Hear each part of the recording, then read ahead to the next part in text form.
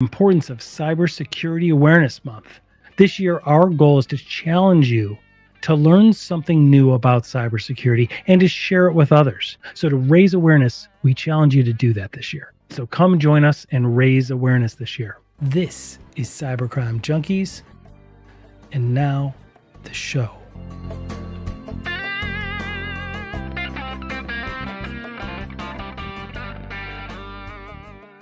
Well, welcome everybody to Cybercrime Junkies Live. We're doing 31 live streams in the month of October to spread awareness. We have a challenge where we're challenging you to learn something cool this month.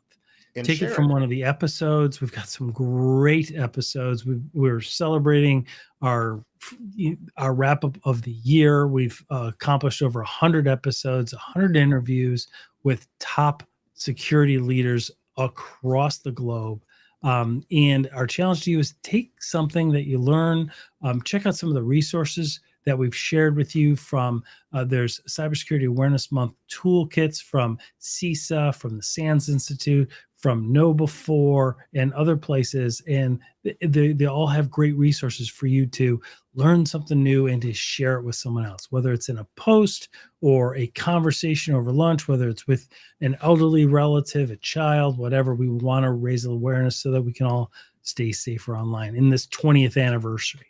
Mark, it's been a good ride. We've had a decent year with some great mind-blowing conversations. Absolutely, David. I mean, you look back at some of these episodes, people like Darren Mott, Scott Augenbaum, former FBI cyber division guys with some great insight and input from the field.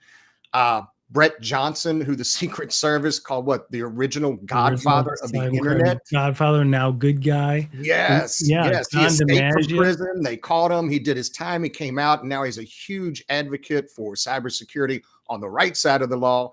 Other guys like one of my near and dear friends, he's like that cool cousin that you have, John DiMaggio, that went undercover into one of the most notorious cyber gangs out there.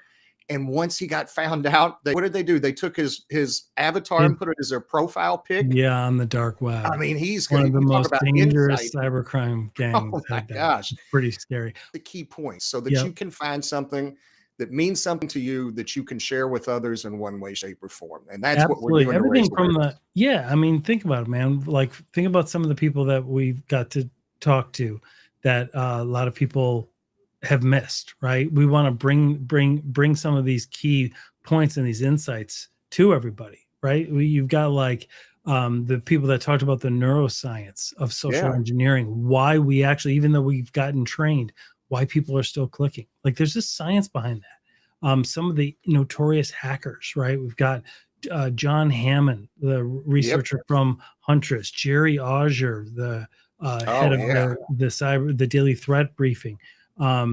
We've got the infamous Chris Roberts, the famous hacker. You don't want to miss out on that conversations. You don't want to miss. You're going to learn something. We learned something. So let's enjoy the ride together. Take the challenge. For our part, we're going to have one of these live streams every single day. So we hope you enjoy. To Cybercrime Junkies, I am your host, David Morrow. And in the studio today is Hannah Sutor. And Hannah is a public speaker, educator, DevOps specialist, and a privacy advocate.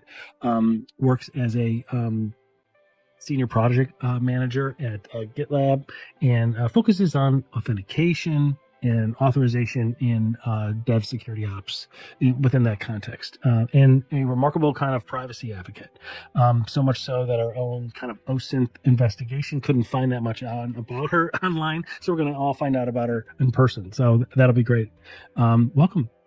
Hey, thanks, David. Good to be here. No, we really appreciate you being here. So let's talk about identity and brand protection. But first, I want you to kind of let's back into that, right? So tell everybody what's your current role, what you're currently doing in your professional life, and then we'll get into some of the passion projects that you've got going. Okay, sure. So by day, I guess you could say I work at GitLab. I'm a product manager working on authentication, authorization, and identity. So we are sort of the boundaries of how you authenticate into our DevSecOps platform, the credentials that you may have, the security and usability balance on how administrators choose to enforce controls on those credentials. and really about keeping things secure and accessible is kind of the balance we try to find there for our customers. Makes sense. How did you get into that kind of field? Is this something that you, when you were a kid, you were like, that is when people log into websites, man, I'm going to make sure that is secure. Like what is it that drove you to do that? I think I sort of stumbled upon it, and then definitely become a passion of mine, and I really can't see myself anywhere else now. I have been in product now for about 8 years. Prior to that, I was a software developer. Um, it was a little bit heads down for me, and I didn't even know about product. This was like before product was as big of a thing as it is now. I started asking too many questions and was like, why are you asking me to code this? Can I sit in on the customer call? And they were like, actually, if you're this interested in, interacting with the customer and finding the why, like you might be a good fit for product. So I ended up in product, and then slowly over time, got a job doing API product management, cloud platform sort of level services. And then those services expanded to include identity. And then the past 3 jobs I've had, I've sort of narrowed in on identity specifically and looking after the identity portion of various products. I think I like the fact that it's like security is a big aspect of it. And then you still have the human side. So I like the fact that it's not only API. API only is straightforward, which is nice. Like you don't have anyone arguing over the placement of a button or the shade of gray when you're PMing for API products. But I like the fact that I own like a little bit of a API and a front end component, and that it's a really important part of the product, right? If identity goes down, then the whole product goes down. So it's a lot of responsibility, but I like it. Okay, so what I agree completely, and it's also something that it gets to the very heart of the credibility of any product, right? It's only as credible as it is secure in a lot of senses. So why does that appeal to you? Like, what is it about security? What I find is a lot of people have come from the military, or they come from all different kinds of background, and they're all kind of drawn to cybersecurity because there's this kind of belief in serving others or protecting others. There's this greater calling that they recognize. In your content creation and your privacy advocacy, you definitely hit on that. So what is it? Is there something that kind of inspired you when you were a kid to be that way, or what? Is there anything have you thought about that? Like why you do that? Yeah, I think it's a good question, and I've done enough personality tests and self-help to kind of understand a little bit about where this comes from.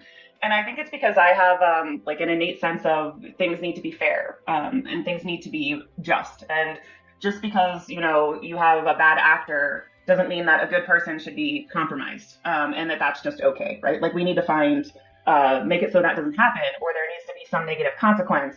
So I think a lot of it just comes from my like innate sense of justice, which I recognize sometimes I can be overly that way, and it's not always like a great thing, but I think that's definitely where it comes from, is just this feeling like we need to protect the people who can't protect themselves. Right. And like, if you're up to no good, we're going to find you, or we're going to make it so you can't do what you think you're going to do. So it's good motivation, but I think it's just a less technical. Yeah, I didn't mean to speak over you. Sorry. So a less technical version of you would have been a trial lawyer or a prosecutor.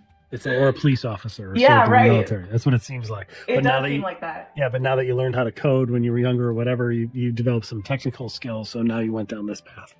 Yeah, and I've even thought about like public service, doing it, and then I've the more I talk to people, they're like, well, being in public service, you can have an impact on the people you interact with that day usually, but in doing something like being a firefighter or police officer. But one advantage we do have of being in tech is that we can it's really scalable. Right. So potentially we can protect thousands of people per day. So that's appealing to me as well. Yep. Yeah. The scalability of tech is really the key, right? Yeah. When things are put in place to protect people, it protects thousands or millions right as soon as it's launched, as opposed to just dealing with somebody locally, right? Totally. So, you talk a lot about, and we will have links to your Instagram and your LinkedIn in the show notes, because when we were developing this podcast and we were kind of filtering out our social media, you were one of the first people that we saw online kind of talking about individual privacy and identity authentication and the importance of that. And it's really good content. I mean, the things that you point out I kind of learn something almost every week. I'm like, oh, hey, that's a good site to check out. Like you've always got some good tips or some good things. So let's explore some of that because I think the listeners and the viewers will find some benefit in it. You talk a lot about data brokers, and I talk a lot about this in our client meetings and our presentations. We do these security presentations, and we talk a lot about it because people don't realize it. Like they go to a website, and then all of a sudden they didn't fill out anything, and then all of a sudden somebody's emailing them about it, and they're like, how in the world did that happen? So walk us through kind of some of the things that you think that people don't realize in terms of the data brokerage arm that is happening in the background. Yeah, I think we don't ever really look under the cover of whenever we install an app on our phone, for example. Like, sure, maybe it's providing you a wallpaper with a motivational quote, but like, what is it doing behind the scenes? What data is it taking from your phone in exchange for that free app, right? I think what I parrot on my social is if you're not paying for the product, you are the product, right? And I think even using something like Gmail, right, which I use, like I'm not gonna say we should never use any of these products, right? Because there's a benefit to them, and then there's a cost, and the cost is that your data is taken. You may get targeted ads. They are building a data profile on you and then selling that. And is it worth it to you for, the great email service that Gmail is, for example? So I think understanding that whenever you're getting an online product for free, that software is not free to make. Every time you visit a web page, there's a computer hosting that and serving you the page, and all of that costs money. The bills for cloud services are huge, and we need a way to pay them. And companies are paying that generally. If you're not paying for it, they're paying for it by selling your data. And that's what you mean by we are the product, because that's exactly right. Like it's they can make X amount if you buy something, but they can make so much more by selling all the information about who you are and what your preferences are and the time of day, your location, other things that you look at, because then that can be used to sell to other marketing companies that want to target you in the future, right? I mean, that's what it's all about. That's what data brokerage is. I mean, it's kind of tying in different data points of things we either curate on our lives online or we are unaware that we're giving up. So to me, there seems to be two elements there. One, you need to educate people. We all need to educate people on, like, if you're not aware, you're giving up this right that a lot of people are not aware of, right? And then the other thing is when you curate, do you realize, be careful of what you do, because there's so many things that can be taken advantage of that go beyond what your expectation of privacy would be. Yeah, exactly. And I think sort of building off the second part of what you said too is, I also get concerned with, the algorithm fed reality that we all live in at this point, right? Of like everything you look at, almost everything you look at online, if you're tied into your ecosystem of, using a browser where you're signed in and looking at a news service where you're signed in, and everything that's fed to you is based off of what they think you want to see or what they think you'll engage with, right? To up their engagement and their stickiness metrics. And I think whenever you're giving up all of that data, you're also like losing the ability to have an unbiased reality presented to you, which I think is much, much more compelling than, they're going to show me a targeted ad, right? Like that's only so scary. I mean, it's weird and creepy at times, right? But I think people are like almost accustomed to that now. I mean, I think everybody knows, hey, they're going to target me with ads. Like I looked for shoes online or boots online, and now all of a sudden I'm starting to see boots all the time.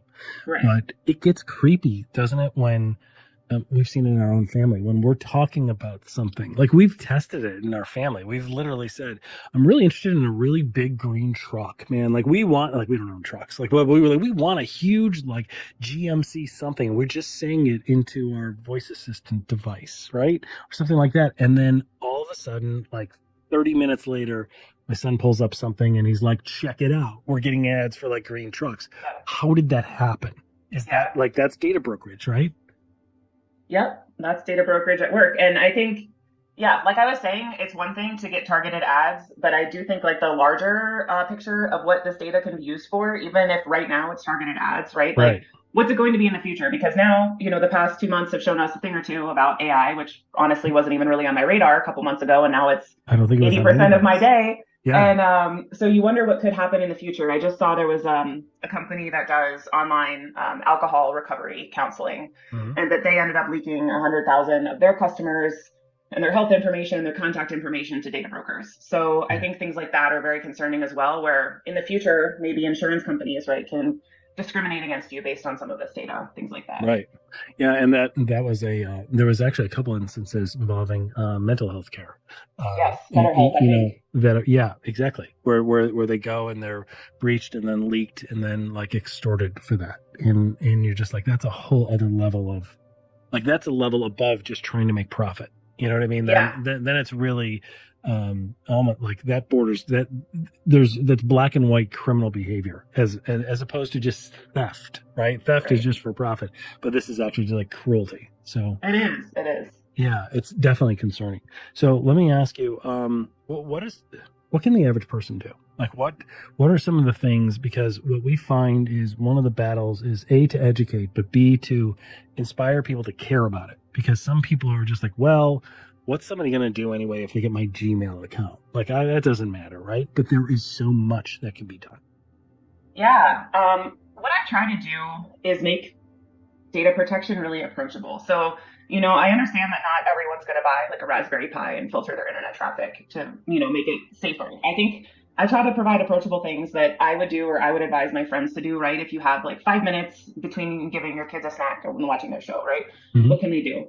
The iPhone has good-ish privacy controls built in terms of being able to request that apps don't track you with one toggle. Not all of them obey it, but it's something you can do quickly to at least try to improve. And that's done right in Another, the settings of the iPhone, right? yep, I have a reel on it somewhere. I forget the exact setting, but if you would just Google like Apple iPhone do not track, you could find it. Yep. You can also, with one toggle, take away apps from knowing your precise location. I think our constant location data being fed to apps is not good. And an app like your meditation app or any of the apps that you have, they don't need to constantly know where you are, especially down to the precise location, which can pretty much tell them exactly which room in your house you're in. Right. There's another location setting sort of up from that that's more general location. And then you can also request no location and then only give them a location. It will come back and request from you when you're using it. Like, okay, now can I use your location? For example, if you need it sometimes for Google Maps, or Right. things like that. Because it's about an expectation of privacy, I think. Like there's not, like, if you're curating your life and you are hiking and you want to have a picture of you there, then you are volunteering the information that you are at that location at that time, right? Right. But there's risks to that, right? Because by doing that, that means you're not home and somebody might not be at home. Somebody could take advantage of that. It means you're not at work. Somebody that could cause problems. It means you're also not somewhere else. Like you don't want to be giving away your geolocation all the time without even knowing it, because that can be taken advantage of by people that don't have good intent. For sure. From personal safety perspective, that's definitely an aspect. And then like going back to the data broker aspect, right? Like that's also very valuable information to advertisers. Yep. Target wants to know how many times you were at Walmart versus how many times you were at Target, and oh yeah, your phone's location data can tell them exactly that. Right. So there's a lot that can be deduced from that information. So what recommendations do you have for people to protect their own individual IDs? And we talk oftentimes about protecting the organization's brand that we all serve, right? When we have a job, whether we know it or not, we are serving an organization's brand. We have a duty every time we get online to protect that brand. That's why security needs to matter to people. But individually, we all have a brand and we all have our own finances, our own health information, our own family information, our private thoughts, information, medical treatment that we get, et cetera, that we don't expect to be publicized. So what's your recommendation on ways that individuals can protect that? I think one of the easiest things to start doing, if you haven't already, so the main way that our identities are sort of tied in these back channels is through our primary email address and our phone number. So if you've been using your primary email address for a long time, like I have personally, starting to make different ones, you can just even take your normal email address and then add a plus sign and then add a kind of word you can easily remember and then use that as your email address rather than the same one that you always use.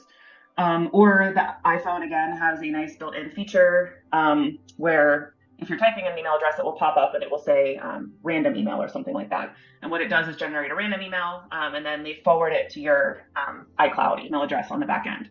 So I think starting to, especially if it's something sensitive, starting to sort of cover up those really identifying factors if you can.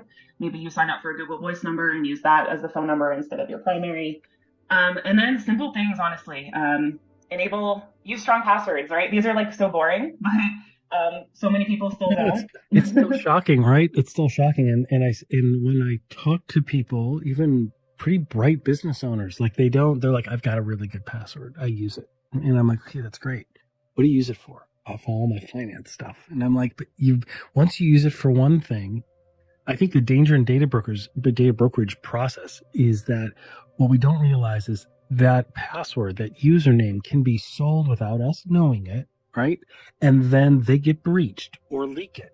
And then that great password, no matter how strong it is, how long, how many characters or whatever, is now tied to us and available on the market. And so it doesn't matter because we've used it on more than one site. And it's really, it's boring and it's dry, but it's still not, people still don't do it. I know. It's so true. And it's annoying, right? Like it's not a fun task to, my account was breached. I think it was from a dark web leak. And they were successful because it happened at like 2 a.m. that they were able to order some stuff on an account I had that I stupidly left the credit card attached to the account. And then it must have gotten some kind of traction or upvotes in the dark web world because they were able to successfully use it. And it still haunts me to this day, even though I've changed the password, turned on MFA, I've done all of the controls. I still wake up to emails saying like at 2 a.m. someone from country X was trying to log into your account. So they are ruthless, I feel. Yep. And it just goes to show that even someone who, lives in this world and knows what they're doing. Yeah, you can still be. It's not foolproof. Absolutely. So again, use multi-factor authentication. I think I saw some statistic. It does stop like 95% of breaches. It's not perfect, especially SMS is like the weakest form, but it's still much better than nothing. So if you're gonna, use SMS or not use it at all, like please sign up and use SMS. Absolutely. And then there's certain sites before you go to buy something. There's certain sites like scamadvisor.com and some other ones that are vendor related, but they'll show you whether that site has been flagged. And then what about freezing your credit or freezing your kids' credit or recommending to other family members to freeze their credit?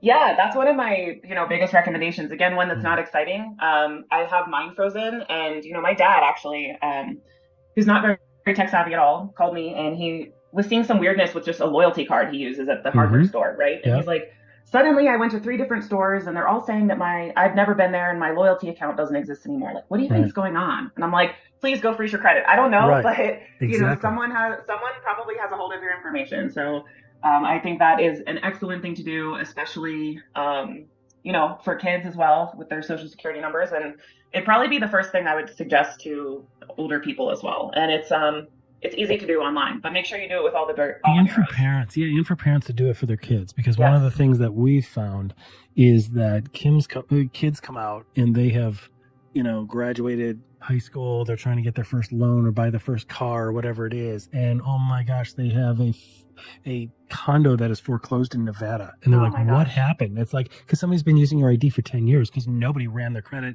nobody looked at it, and you didn't freeze it, right? So parents should always I always recommend that, right? Yeah. Just freeze the credit. And you can, if there's nothing wrong, your credit score, your FICO score still goes up while your credit is frozen. It doesn't affect that. It's just that if you want to buy a house or take out a loan or get a new credit card, you just have to voluntarily unfreeze it. And it can be done right within an hour. They'll unfreeze it. You can go borrow the money and then freeze it back up again. And then they can't take out new credit lines under your identity.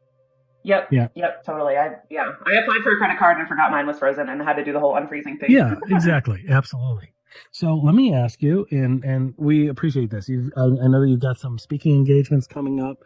We'll get into that right before we wrap up. But I wanted to ask you about how ChatGPT and AI and all of these factors, how is that affecting identity protection? I mean, clearly it's affecting security because we see things like the Samsung breach where some of the employees were actually using ChatGPT. It's great for ideation. It's great for coding. It's great for so many things. Any of these AI platforms really are phenomenal. But you have to be careful, don't you, about the information you input in there, because by putting in information that is confidential, then the whole world has it. Yeah, I think it's really been interesting to watch, sort of the excitement around it all, and the fact that even the most seasoned tech pros at this point are feeding proprietary code to it, and it's really tempting because it's so exciting what you can get back out of it. But definitely, I think more and more companies are building up policies around this. Probably as we speak, many legal departments are getting their ducks in a row. But from a personal perspective, I posted recently sort of my thoughts on it in general when it comes to personal identity and privacy, and I think where I landed with it at the moment is that I'm a little concerned from, I guess it's like, I'm concerned about it from the fact that everyone is contributing, right, to GPT, both by what we write on the internet and by what we talk to it about. And then we're all getting information back out of it. And right. I know that, there's a couple other AIs, but it's like most people are engaged with GPT at the moment. Right. So I just worry about the groupthink or what evolves when we're all feeding the same thing and then all getting information back out of the same thing. So that concerns me just from, I don't know. Like, I don't think one source of information is ever a good thing. And I know we're not using it for all information or anything, but that's my concern with it at the moment. What about, there's a correlation there between that and us kind of voluntarily giving it so much information. I see a correlation between that and TikTok, because TikTok is a hugely debated issue, and people are like, let me voluntarily curate my life online. Like, I have a following, I have content, I want to share it. And there's nothing wrong with doing that, right? I don't think anybody is saying, no, you can't. You don't have this freedom of, I don't believe that anybody intentionally wants to limit freedom of speech or freedom of expression, nothing like that. They're just concerned that what we don't know is being done behind the scenes with that.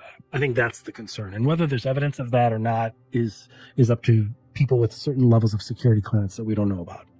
But what are your thoughts about that? Have you formulated any opinions? I haven't seen you post on that. I did see you say you're looking into that. You see that that's an issue, but I was just curious to get your feedback on that.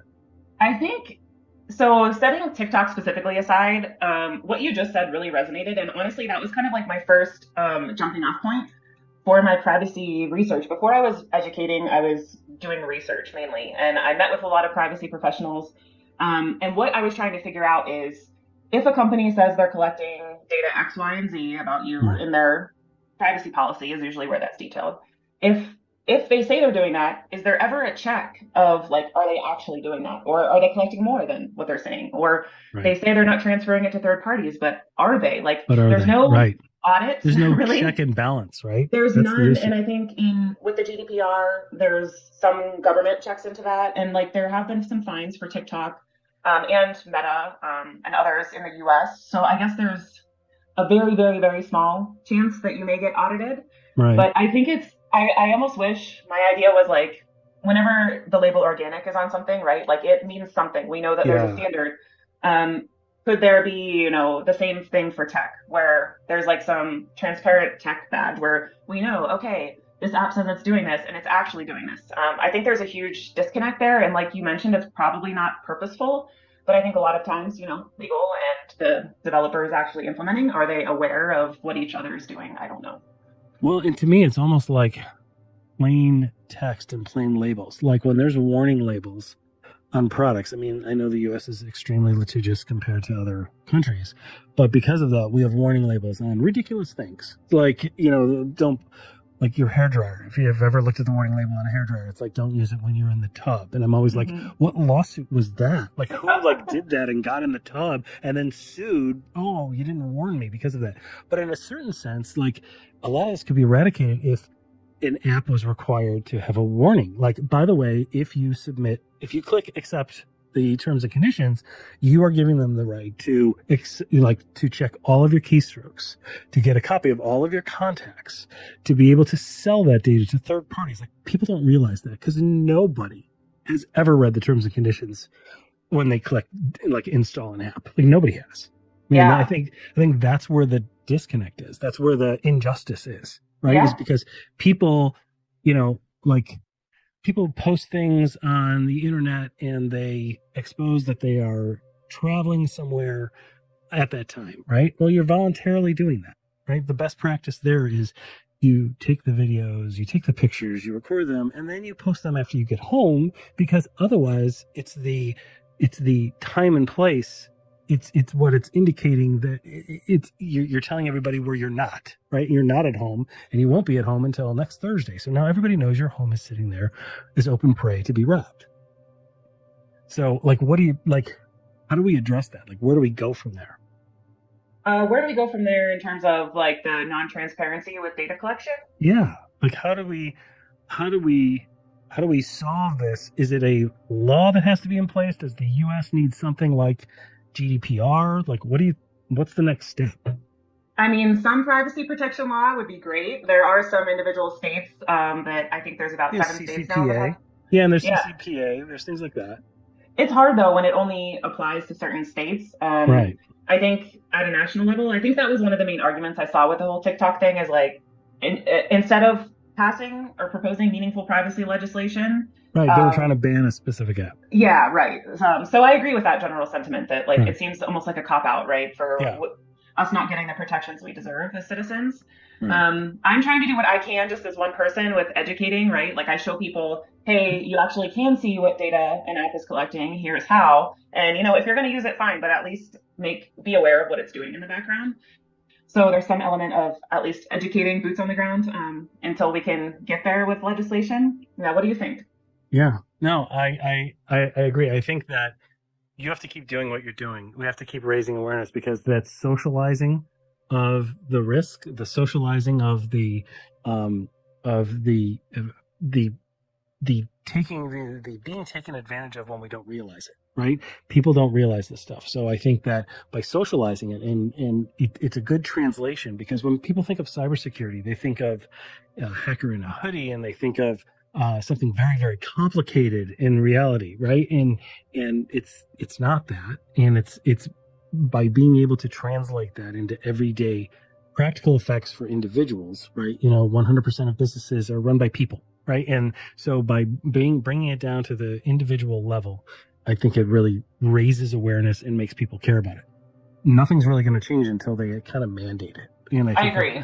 And I think they have to do that. But, I've been a student of politics my whole life, and all politics is local. It all has to start. It all has to start with individuals, right? It all has to start with a grassroots effort, and then it gains momentum, because while you're doing that there, someone else in another part of the country is doing it also, and then we kind of feed each other. And then thanks to the internet, like they start to see, and the message kind of bubbles up to the top. And I think that's really where it's great work that you're doing.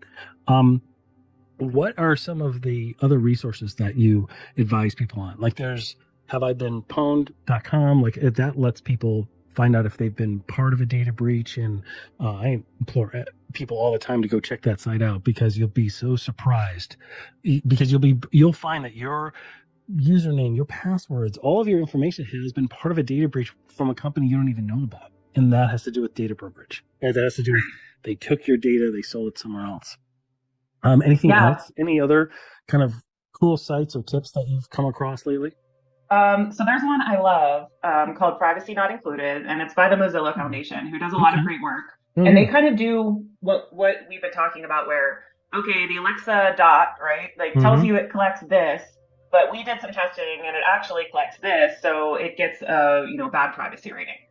So it really does it for apps, and it also does it for physical products, like your Roomba, is the camera on your Roomba, like, is it sending photos back up to the cloud? Things like that. That's something people would not expect. Right? Yeah, right. How much is your smart refrigerator like recording in the room and things? Exactly. Yeah. So I think that's a really interesting one. And that's Privacy Not Included? Yep, Privacy Not Included at the Mozilla Foundation, and they do really easy to read ratings. Like I think it's an A to an F scale of how privacy aware some certain products are. So that's one of my favorites, and I'm a huge fangirl of their work. That's great. Yeah. Any others you can share? I think one thing you can do, I hate doing this, is just Googling yourself, right? It's always awkward. And it's always awkward. No one likes it. But what you can do, and I hate that it's this way, but these data brokers, like, people search, and Yellow Pages and Readaris and some of these ones that always come up and they tell you, oh, she's this old and she lives at this address and this is her family, right? You can make requests. It's usually buried somewhere on that website and you have to go through each individual site and request it on each one. And that's when I say I hate it. I hate that part is that it's like so manual, but you can request that they remove your information. So and are they required to by law? Like within a couple of weeks, will you see your information gone from those sites? I'm skeptical. I've had mixed experiences. I think if you're a California resident, because of the CCPA, they are required. For other states, I don't know if they are within a certain time frame. And some of them, I click on the request to remove me, and I get a 404. So it's like very dependent. It's hard to say which ones remove you and which ones don't, but it's worth a try. And then sadly, you also have to keep on top of that. Because I think it's every 4 months or so they rescan public records and put it all back out there. Now there are some paid services. I was going to say, I bet there's services that'll do that for you. Yeah, there's paid services that will do that for you. I don't have any recommendations because I haven't looked into it that much. Right. Nor are we sponsored by them, so we're not going to list their names. Exactly. I know there's some credit cards that offer it as well with their credit card. Yeah. All right. Good stuff. Last thing, and then I'm going to let you go. You talk about privacy breadcrumbs. Can you elaborate on that? I mean, I've heard you kind of mention that. Is that like, what should people do when they go to a website and every website pops up cookies, right? I mean, I know what I tell people to do, but I'm interested in hearing what you have to say about that. Yeah, this is a fun one. Thanks for asking. So cookie consents popping up on every website, right? They're required to by law. They're not required to be very transparent. So they can make you think by looking at it that, I have to accept them all to make it go away. I have to accept it all to use the website. But you don't. And you can click, if it has a reject button, you can click reject, or sometimes they make you click further into it and you might have to say customize. And then you can click reject or turn them off. And usually you only have to keep on essential cookies, which are 1 or 2 needed to keep the site running. All the rest that usually involve that creepy stuff of, I went on this website to buy this thing. I didn't buy it. I never put any of my information, but now they're emailing me saying you left this in your cart, right? You can get rid of all of that usually by rejecting tracking cookies. And so some of my favorite Instagram reels, I put together, 5 screen caps of me tapping reject or no on those. And I put it to a catchy thing. And I'm like, hey, did you know you can actually click no? You don't have to click yes. And people are like, what? I always thought I had to click yes to make the website work. Right. So that's an easy thing to do. And it's kind of empowering. Every time I click reject, I'm like, yeah. And the site still works. And the site still works. You're not booted off the internet. Yeah. And another thing is session cookies, right? And session hijacking. We just saw a very popular, one of the biggest tech YouTubers that got hacked, and his site was taken down for a while, and it was brutal. And what had happened is somebody had fallen for a fish or something and clicked, and the malware in the background grabbed the session cookies. So when you log into Google or a browser or a site, they'll often ask you, a pop-up will happen and it'll say, stay logged in. Do you want to remain logged in? That way, session cookies in and of themselves aren't bad because they allow you to not have to keep re-authenticating, not have to keep logging in. But the problem is if there's malware out there that will capture those. And if they can capture those, then MFA doesn't matter. Your passwords don't matter. They are logging in live just like you were. They're re-logging in into that same session. So everything in your browser, they can absolutely access. And it's really, really scary. So my recommendation is always go for a little bit of inconvenience and don't allow that, right? Just, even if you have a password manager, you could just log back in through the password manager anyway, but don't stay signed in. Yeah, that's really concerning because like you said, if they have that, the token, then it bypasses sort of all of the other checks, right? Because a lot of products have checks of are they logging in from a location they don't normally log in from? But if you have the cookie that has that location already associated with it, it bypasses a lot of the other checks we do for security. So yeah, that's a really important one to protect. Absolutely. Well, hey, thank you so much for today. Before we go, you've got some public speaking coming up. What events are you presenting at? So I'm doing 2 privacy basics workshops. These are more targeted for smaller audiences like employee working groups. And what I do is sort of give approachable privacy advice. Here's, 5 things you can do with 5 minutes to help improve your privacy online. And then education, obviously, around why we should care, a lot of what we talked about today. And then I'm also speaking at Identiverse, which is a big digital identity conference. What I'm talking about there, that is at the end of May, is the business of identity and how identity can actually be a revenue driver for your business. In the past, it's been seen as kind of like a thing we have to do to keep the lights on, right? Provide authentication. But there's a lot of ways it can actually contribute to your company's bottom line when done correctly. So I'm excited to talk about that there. Well, I'm not going to let you go until you at least tell us a little bit about that. So is that okay? Like, not because not everybody that's listening here or watching is going to be at that conference. So how does a business, just generally speaking, I don't want to take all the secret sauce, but how does that work? Like, how does a business, what are some of the ideas to generate identity as a revenue source? So as we talked about, identity and security are really tightly coupled, right? Mm-hmm. Your basic identity, there's a sort of like goodwill in the security and identity community of like, we shouldn't charge for basic security features, right? And I agree. So the basic things needed to secure your product, we should not be charging extra for those.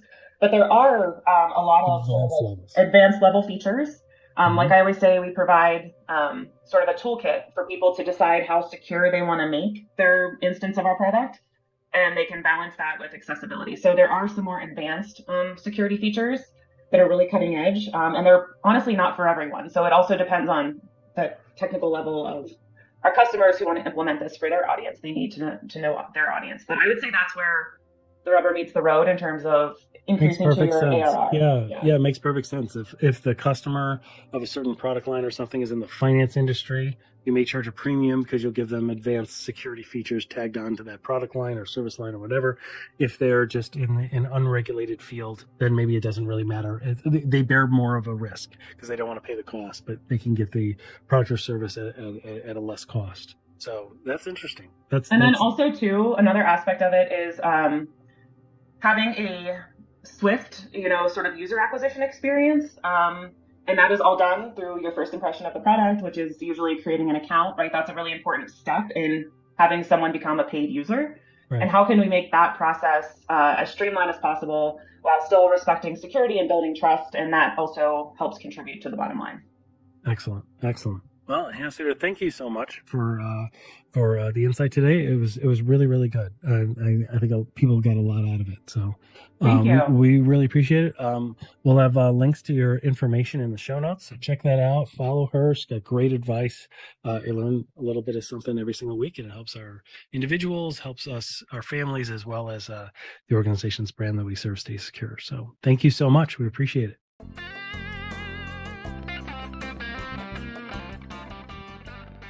Well, that wraps this up. Thanks for joining, everybody. Hope you got value out of digging deeper behind the scenes of security and cybercrime today.